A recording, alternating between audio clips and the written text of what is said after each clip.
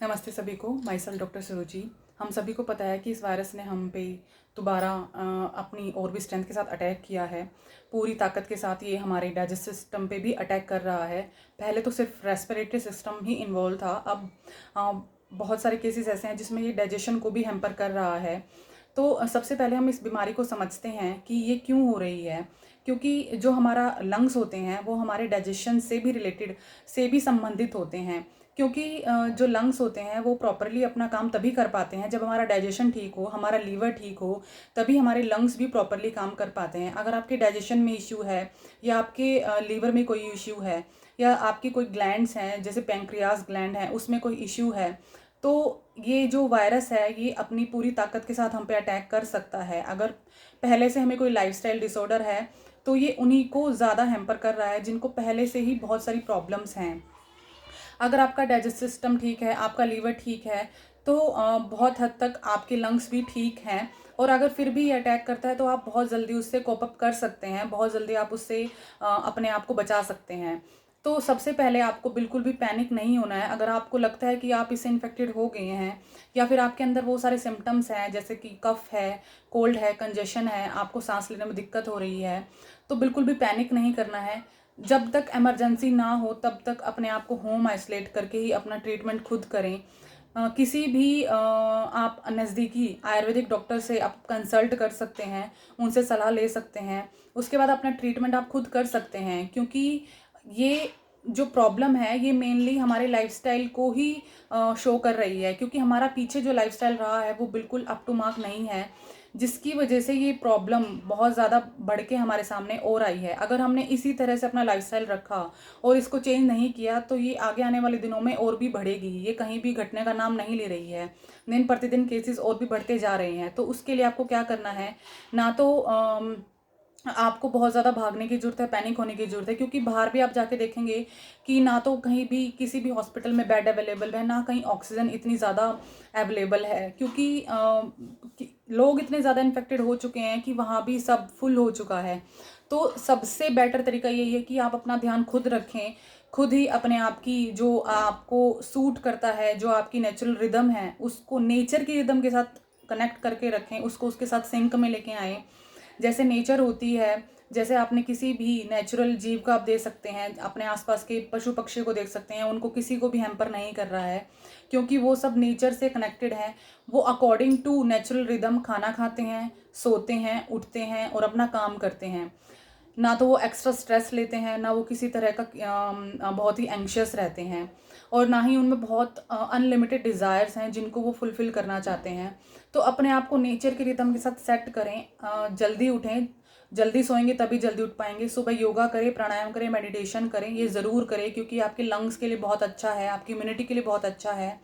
और उसके साथ साथ आप कोई भी सुबह सुबह या खाली पेट आप कुछ भी ऐसा ड्रिंक लें जो आपकी इम्यूनिटी को बढ़ाए। आप आंवला जूस ले सकते हैं, आंवला इज़ बेस्ट क्योंकि सबसे ज़्यादा विटामिन सी आंवला में होता है। नींबू पानी ले सकते हैं आप, नारियल पानी ले सकते हैं। अगर आपको बहुत ज़्यादा थ्रोट में वो है, कंजेशन है, बहुत ज़्यादा आपको हॉर्सनेस है, तो आप नींबू अवॉइड भी कर सकते हैं। आप और चीज़ें ले सकते हैं।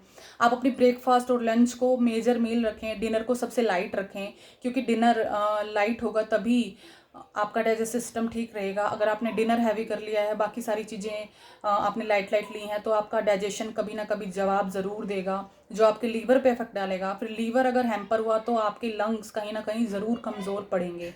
तो इन सब का जो रूट है वो है हमारा डाइजेस्टिव सिस्टम।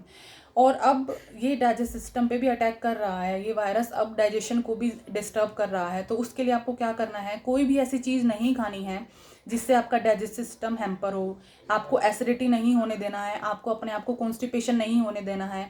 आपको कोई भी ऐसी चीज़ नहीं खानी है जो आपको बहुत ज़्यादा गैस क्रिएट करे। बहुत ज़्यादा ठंडी चीज़ें अवॉइड करनी है, बहुत ज़्यादा junk food, sugary food, salty food, ये सब अवॉइड करना है।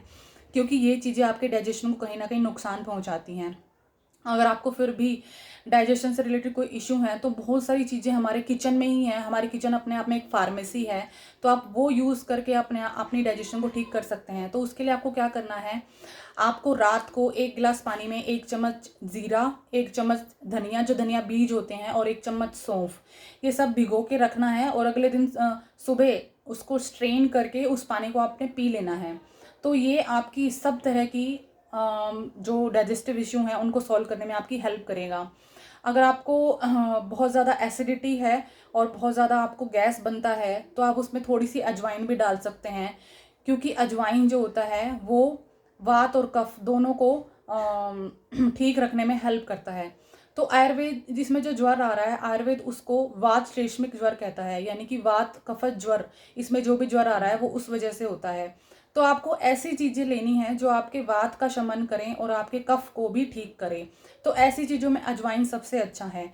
आप अगर आपको बहुत ज़्यादा कंजेशन है, बहुत ज़्यादा सांस लेने में दिक्कत हो रही है, तो आप स्टीम ज़रूर लें। स्टीम में आपको क्या करना है, बहुत ज़्यादा गर्म पानी करना है, उसमें 1/4 चम्मच आपको अजवाइन डालना है। उससे क्या होगा, जो आपकी ब्लॉकेज है, जितना भी कफ अंदर ब्लॉक है वो स्टीम लेने से मेल्ट हो जाएगा, और या तो वो आपकी वोमिटिंग के थ्रू या आपके नीचे फीकल मैटर के थ्रू वो निकल जाएगा। तो आपको उससे तुरंत आराम मिलेगा। अगर आपको इससे ये करने के बाद आप गार्गल भी कर सकते हैं, यानी कि गरारे कर सकते हैं। उसमें आपको क्या करना है, आपको गर्म पानी करना है, पीने का गर्म पानी करना है, उसमें आपको आधा चम्मच सेंधा नमक डालना है। उसके बाद आपको उससे गरारे करने हैं।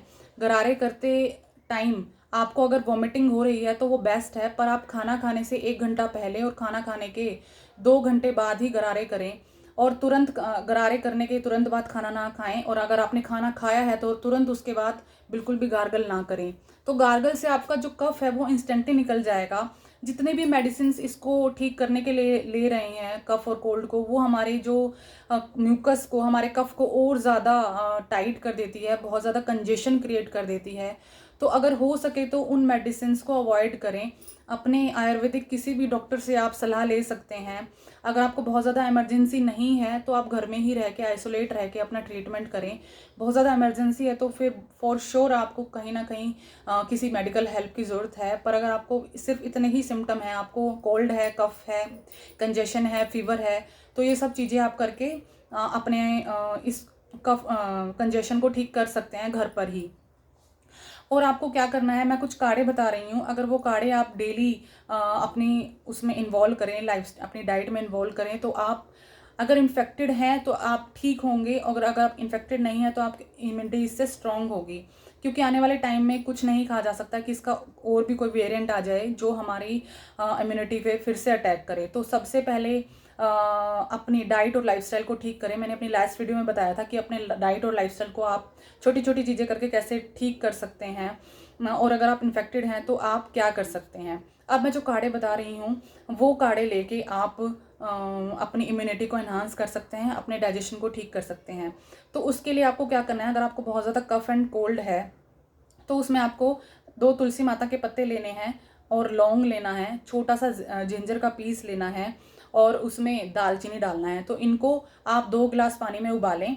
पानी उबालने के बाद जब 1 गिलास रह जाए तो उसको थोड़ा थोड़ा करके आप थोड़ा सा उसमें आप 1 चुटकी सेंधा नमक डाल लें, और उसको थोड़ा थोड़ा करके पूरा दिन पी सकते हैं। अगर आपको बहुत ज़्यादा गर्मी है, अदरक ना डालें और दालचीनी ना डालें, आप सिर्फ तुलसी माता के पत्ते डालें, और उससे आपकी गर्मी की प्रॉब्लम भी सॉल्व हो जाएगी। क्योंकि काढ़ा पीने के बाद जो नई प्रॉब्लम शुरू हो रही हैं वो है कि लोगों को बहुत ज़्यादा हॉटनेस अंदर फील हो रही है, और उसकी वजह से उनको या तो यूरिन में प्रॉब्लम हो रही है, या उनको बहुत ज़्यादा एसिडिटी हो रही है, या उनको बहुत ज़्यादा blood related problems, skin related problems हो रही हैं। तो ये सब अवॉइड करने के लिए आप तुलसी माता का काढ़ा ज़रूर लें, क्योंकि जो तुलसी लीव्स होती हैं वो हमारे रेस्पिरेटरी सिस्टम के लिए बेस्ट मेडिसिन है। वो हमारे 3 दोष, वात पित्त कफ, तीनों को बैलेंस करती है तुलसी माता। तो ये ज़रूर लें।